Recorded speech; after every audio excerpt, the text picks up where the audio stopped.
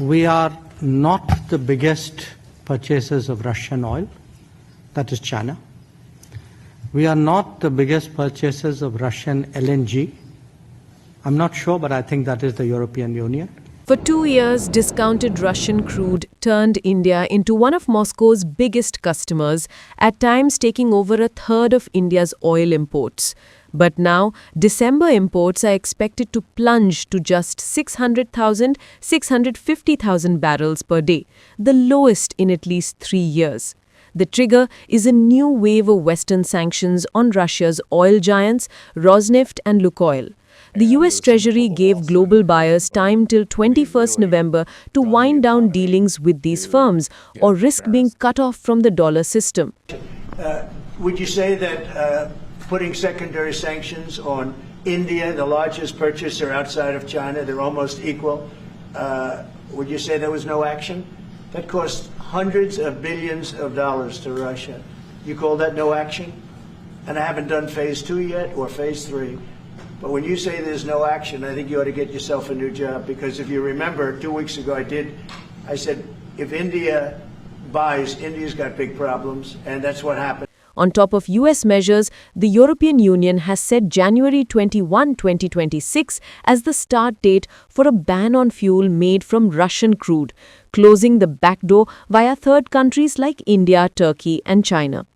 To export diesel or petrol into Europe, refiners will have to prove no Russian crude was used in the 60 days before shipment. Before the sanctions deadline, Indian refiners actually ramped up Russian buying. Kepler data show about 1.87 million barrels per day of Russian crude heading to India in November, up from around 1.65 million BPD in October. The oil supply issue. First of all, there is a stress on the energy markets. Okay. This is a stress which has been created by a combination of factors.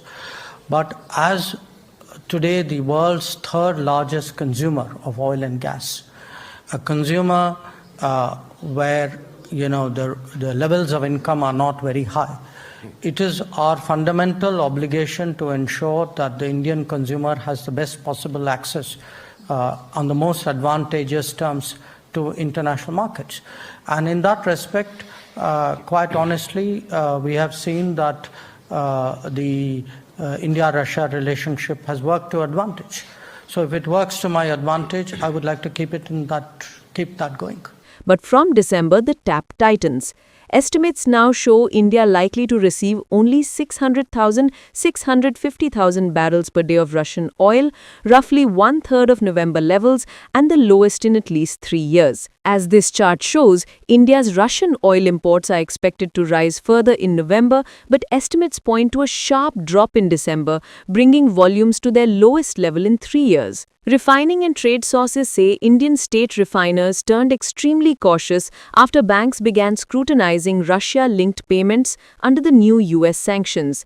Most Indian refiners, including Mangalore Refinery, Hindustan Petroleum, HPCL Mittal Energy, and Reliance Industries, have paused new Russian crude purchases. As Russian barrels shrink, US crude is grabbing a bigger share of India's import basket, the highest since mid-2024. The shift comes after Donald Trump doubled tariffs on Indian goods to 50%, explicitly linking them to India's Russian oil purchases and nudging New Delhi to buy more US energy. We are talking to the United States, of course, but we don't do deals in a hurry, and we don't do deals with deadlines or with a gun on our head. A likely crash in Russian crude oil imports might not end India's Russian oil story, but it proves one thing. Where Delhi lands next, cheap Russian barrels, expensive US crude, or a mix of Gulf suppliers will decide how long India can keep fuel prices stable at home while walking a tightrope between Moscow, Washington, and Brussels.